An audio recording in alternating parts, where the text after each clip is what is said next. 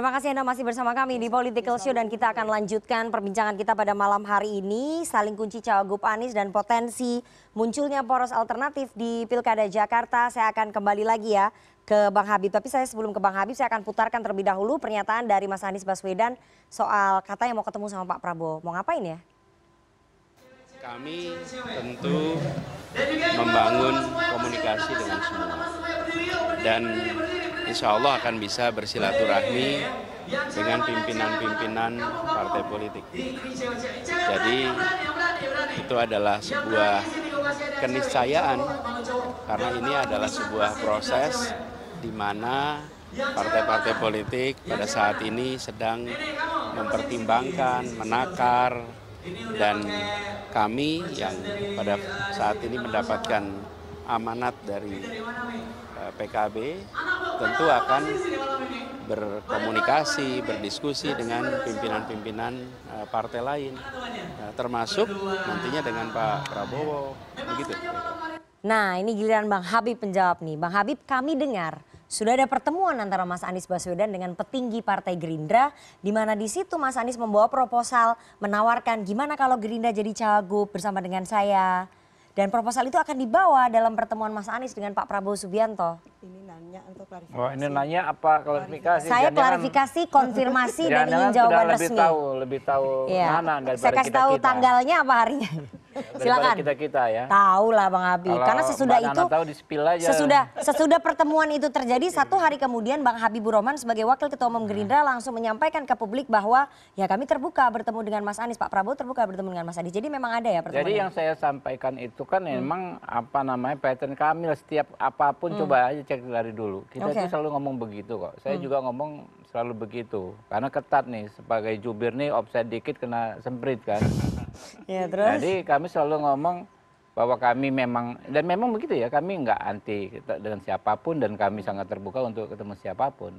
Dan memang itu adalah gaya berpolitik Pak Prabowo. Ya. Pak Prabowo kan coba dulu bisa dari ekstrim ke ekstrim, ya kan ya. Dikira nggak mungkin pasangan dengan A, rupanya pasangan. Dikira nggak mungkin ketemu A, rupanya ketemu gitu kan. Begitu juga misalnya sekarang kalau ada narasi-narasi Pak Prabowo anti dengan Mas Anies, ya kan ya. Pak Prabowo nggak mau ketemu dengan Mas Anies. Saya pikir sulit juga ya dipercaya narasi seperti itu ya. Jadi Pak Prabowo mau dong ketemu Mas Anies? Karena memang Pak Prabowo itu bersedia bertemu dengan tokoh manapun ya, tokoh-tokoh bangsa manapun gitu. Jadi nggak pernah menutup diri namanya Pak Prabowo gitu.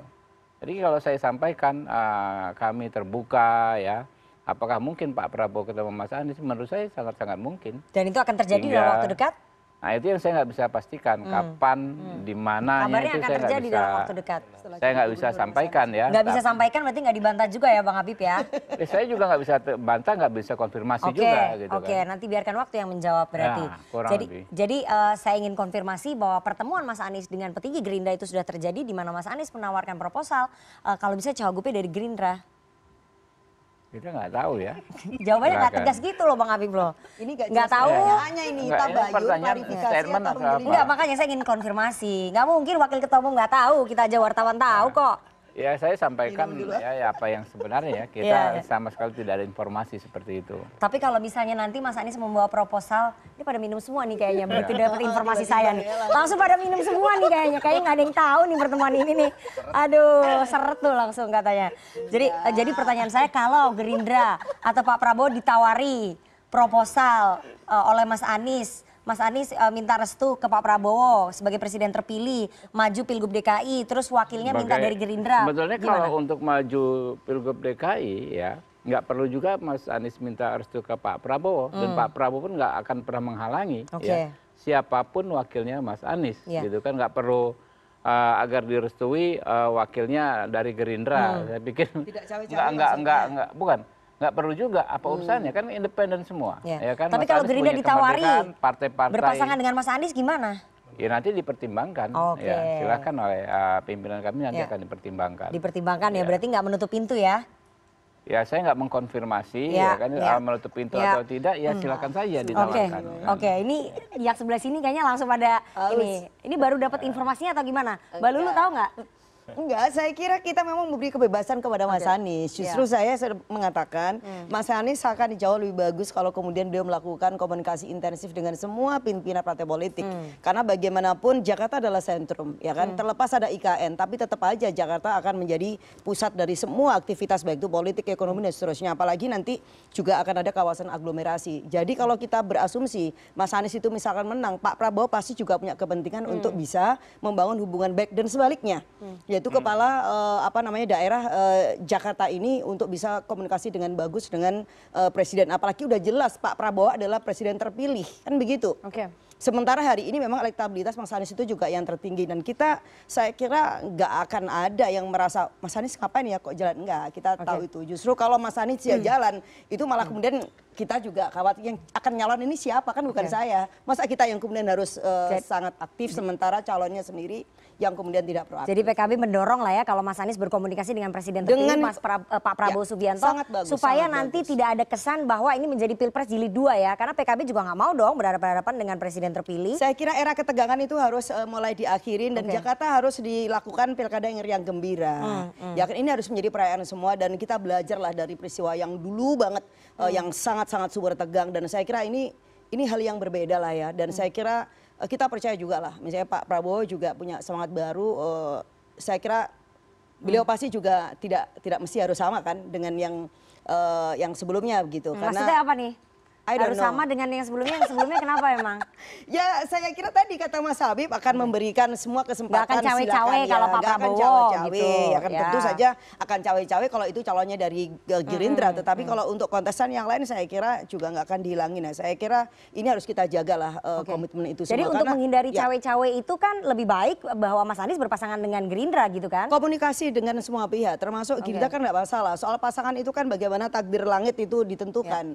Tetapi itu kan semua berdasarkan ikhtiar. Nah, yang penting itu jangan gege mongso.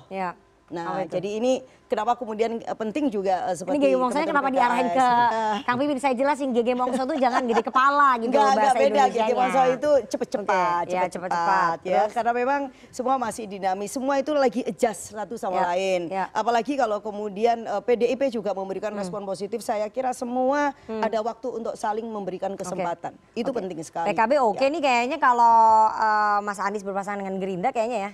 Kita oke dengan semua pihak sepanjang Mas Aniesnya juga pertama oke. Yang kedua mereka oke dengan Mas Anies. Oke. Kalau PKB oke, kalau Nasdem gimana? Apakah kemudian kalau misalnya Mas Anies menawarkan posisi cawagup itu ke Gerindra sebagai bagian dari jembatan komunikasi dengan Presiden terpilih, Nasdem akan oke? Akan setuju, Mas Bibi? Kalau seandainya nanti keputusan DPP itu memang keluar untuk Pak Anies, misalnya seperti itulah kita berandai-andai ya.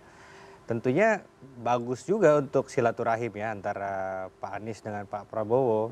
Karena tahun 2017 lalu ketika dia menjadi gubernur kan pengusungnya adalah salah satunya Pak Prabowo. Jadi adab ketimuran itu perlu kita angkat kembali lah. Sebagai orang tua tentunya sebagai presiden terpilih banyak hal yang pasti yang akan mungkin nanti dialektika antara kedua orang tersebut untuk dipaparkan ya. Dan ini bagus untuk kita semua pembelajaran terutama untuk saya sebagai generasi muda melihat bahwa ternyata pemimpin-pemimpin kita juga tetap ada adab yang dikedepankan. Jadi Nasdem lebih memilih menghindari head to head ataupun berhadapan dengan Gerindra dan juga koalisi Kim ya di Pilkada Jakarta. Kesimpulannya begitu Mas Bibi? Enggak lah. Kalau Pilkada itu berhadapan-hadapan itu hal yang biasa menurut saya.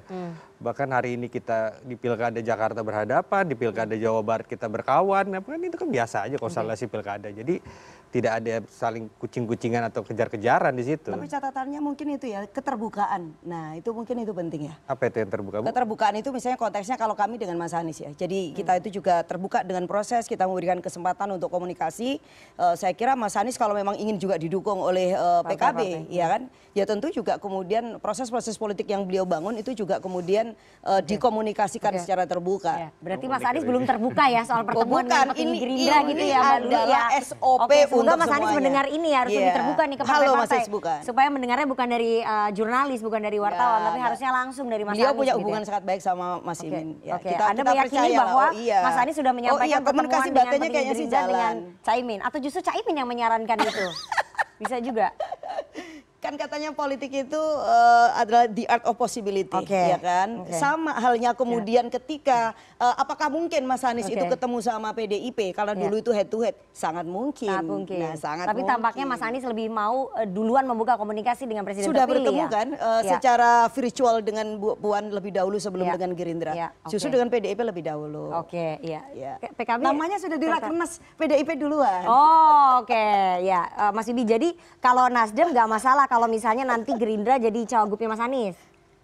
Kami ini gini loh, dulu tuh, jawab. memang no issue lah dengan siapapun ya. Oke.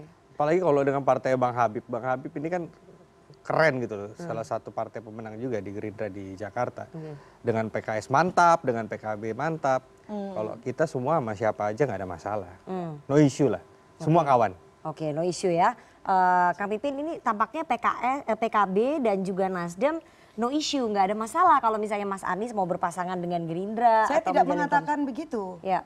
Kita memberikan ruang Mas Anies untuk komunikasi intensif bahaya. Oke, dengan oke. semua Dengan anak pimpinan ini. partai Oke. politik. Ya. Apalagi Itu kalau bisa kemudian itu Gerindra karena Pak dimanipulasi. Prabowo adalah elected presiden Ya. ya. Jadi presiden elected itu penting karena apa? Kalau nanti Mas Anies memilih calonnya, calon wakil gubernurnya dari Gerindra, PKB gimana? Kita tidak ada kalau-kalau. Kalau sepanjang itu kemudian disepakatin oleh mitra koalisi, Oke. kan Mas Anies tidak mungkin datang sini sebagai calon tunggal Iya, iya. dirinya dan mewakili dirinya aja, tetapi juga partai yang akan mengusung beliau begitu loh. Jadi semua pasti harus melalui meja perundingan Oke, yang baik. harmoni dan damai. Baik, silakan Kang Pipin gimana? Ya itu tadi komunikasi politiknya Mas Anies dengan Gerindra, Bagus lah. mencoba menawarkan cawagup ke Gerindra. Ya komunikasi ya, Presiden PKS sampaikan ke Pak Anies kan beberapa waktu lalu ketemu dan menyampaikan silaturahim dengan siapapun, termasuk dengan Partai Kim, dengan Gerindra. Bagus, saya kira silaturahim itu bagus Saya ya. minum lagi. Ya tinggal bagaimana nanti ke depan siapa pasangannya, tentu itu yang harus dibicarakan ya. Siapapun Gerindra mau gabung dengan kita ya bagus, saya kira beberapa kita juga ajak kok. Termasuk PDIP, ayo kita misalnya Mas Anies, wajar sih kalau misalnya lihat bahwa Mas Anies memang elektabilitasnya tinggi, ya wajar kalau memang beliau juga harus berkomunikasi dengan siapapun. Karena beliau itu adalah mantan calon presiden yang akan menjadi calon gubernur. Dalam sejarah ini belum terjadi mungkin. Ya, ketika popularitasnya sudah paling tinggi, kemudian elektabilitasnya juga tinggi, dan beliau bukan sosok dari partai manapun. Ya kan? Tinggal nanti misalnya kemarin ketika di Pilpres kan Mas Anies dengan Caimin, ya kan? Mas Anies yang independen didukung oleh Nasdem PKS, kemudian wakilnya Gus Imin. Apakah PKS mempersoalkan? Enggak, kami menghormati pilihan itu, ya kan? Dan bagi kami ketika nanti besok misalnya ketika nanti misalnya Anies Sohibul Iman, ya saya kira kalau itu menjadi pilihannya, ya kita harus bisa menerima itu. Jadi bagi kami Jadi sebetulnya PKS legowo ya? Ya, bagi kalau itu kami disepakati oleh mitra koalisi, oleh Mas Anies. Jadi ketika pilihan, tentu kita mencari yang terbaik. Ketika kemarin Anies dengan Gus Imin misalnya di Jakarta, kita membuat rasionalisasi. Memang waktu itu yang terbaik yang kita analisis, hitung-hitungannya peluang menangnya besar gitu. Antara Anies dan juga Gus Imin gitu. Kemudian di Jakarta ketika kami memang waktu itu memang kita harus akui PKB salah satu yang tertinggi di level nasional. Kami itu level ke-6 atau ke-7. Nah, begitu juga di DKI Jakarta. Kami saat ini PKS paling tinggi. Mas Anies itu bukan tokoh PKS. Mas Anies ini tokohnya semua partai yang mau mendukung Mas Anies. PDIP kalau mau dukung monggo, Nasdem mau dukung monggo, PKB mau dukung monggo. Tapi kalau Gerindra masuk kan presidennya dari Gerindra. Kalau misalnya Gerindra mau masuk juga monggo, tinggal kita pilih di antara partai-partai ini. Kami alhamdulillah bersyukur orang Jakarta memberikan kepercayaan kepada PKS menjadi pemenang pemilu. Apa salahnya kalau kami mengajukan kader terbaik kami untuk mendampingi Tapi Mas nggak Anies? maksa. Itu saja.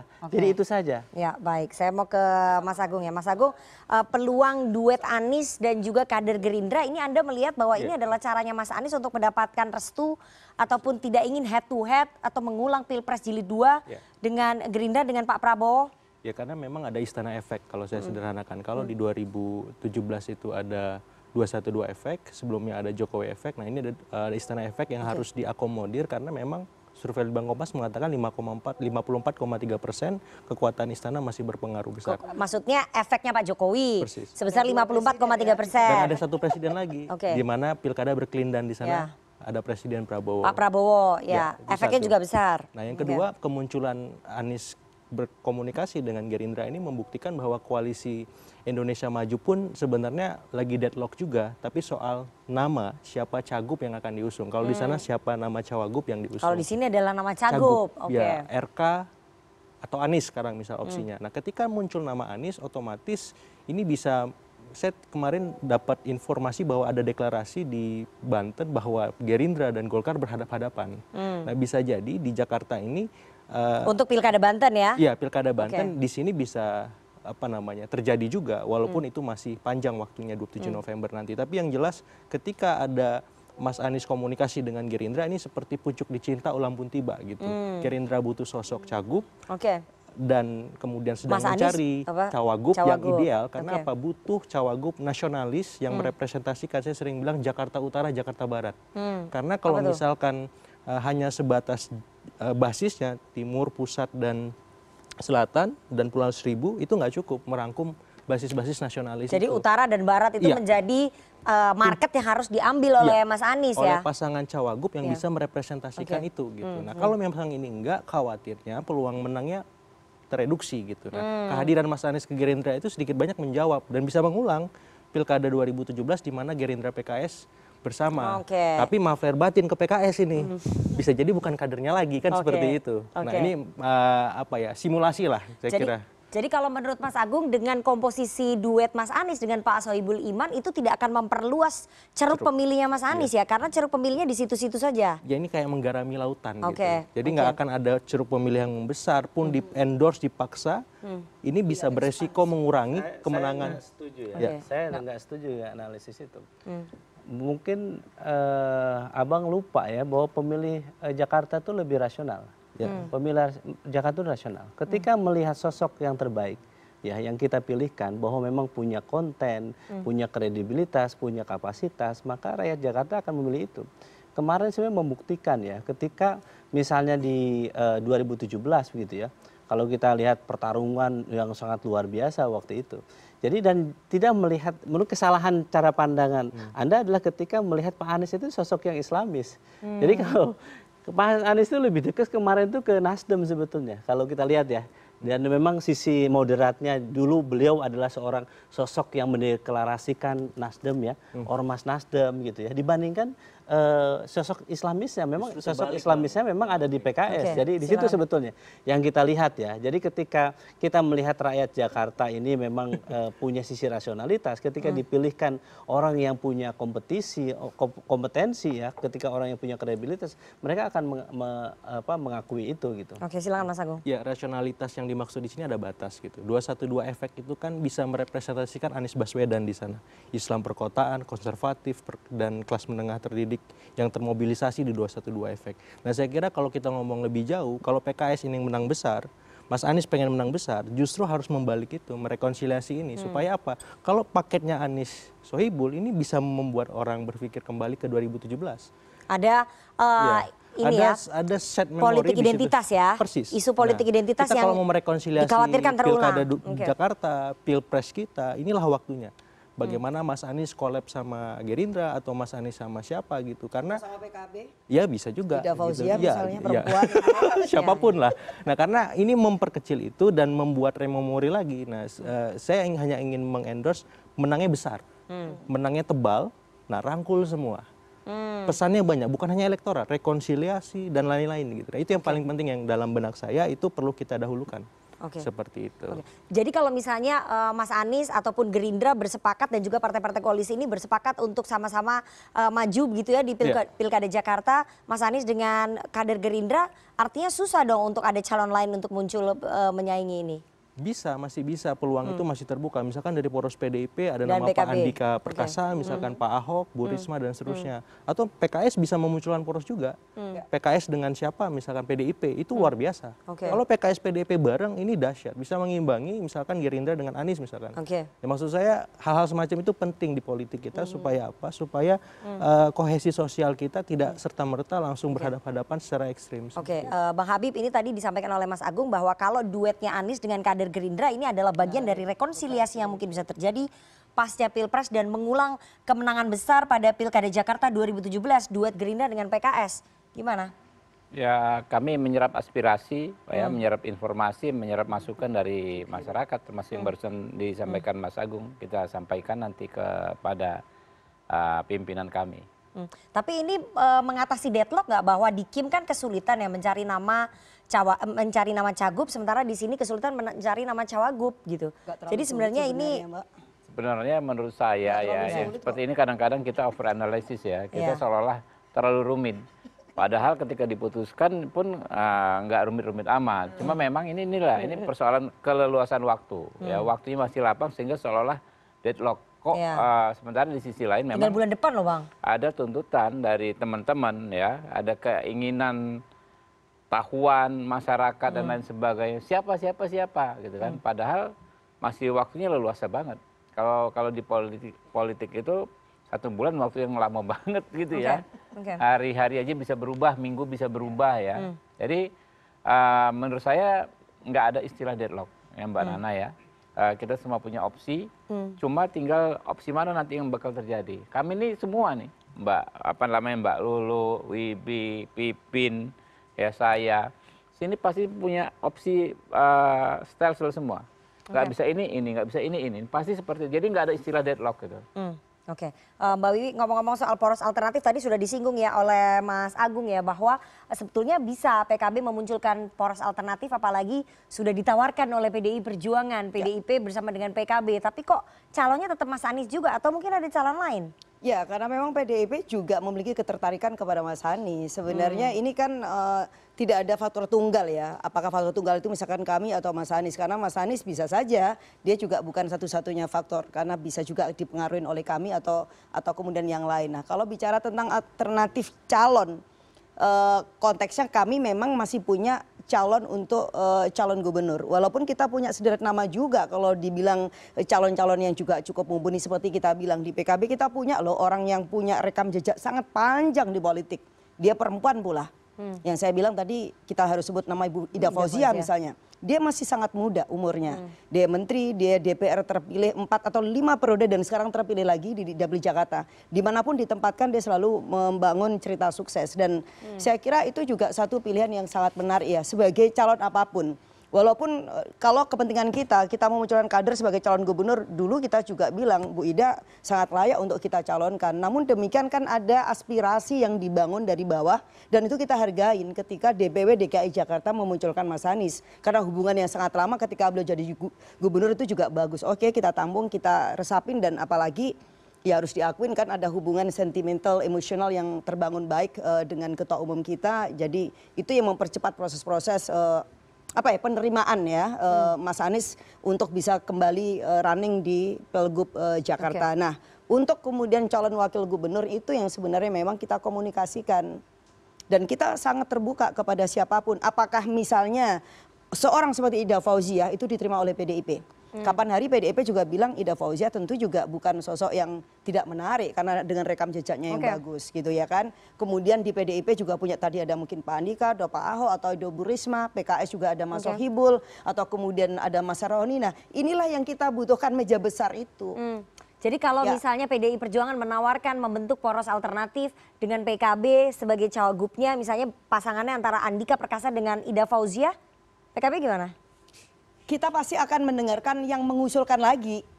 Ya dong, kita tapi suara akar rumput DPW kan sudah fix mintanya Mas Anies. Ya berarti dengan Mas Anies. Oke, jadi nama cagupnya nggak bisa berubah. Jadi kalau mau poros saya kira alternatif sampai hari ini ya, harus sama Mas Anies. sampai hari ini itu pasti nama calon gubernurnya tidak berubah ya. Sampai hari ini tidak berubah. Justru yang kita coba komunikasikan adalah calon wakil gubernur. Apakah misalkan Ida Fauzia yang bisa diterima, apakah kemudian dari PDIP ada nama siapa yang diterima atau kemudian terjadi penyusunan-penyusunan kita tidak tahu. Politik memang sangat dinamis ya kan.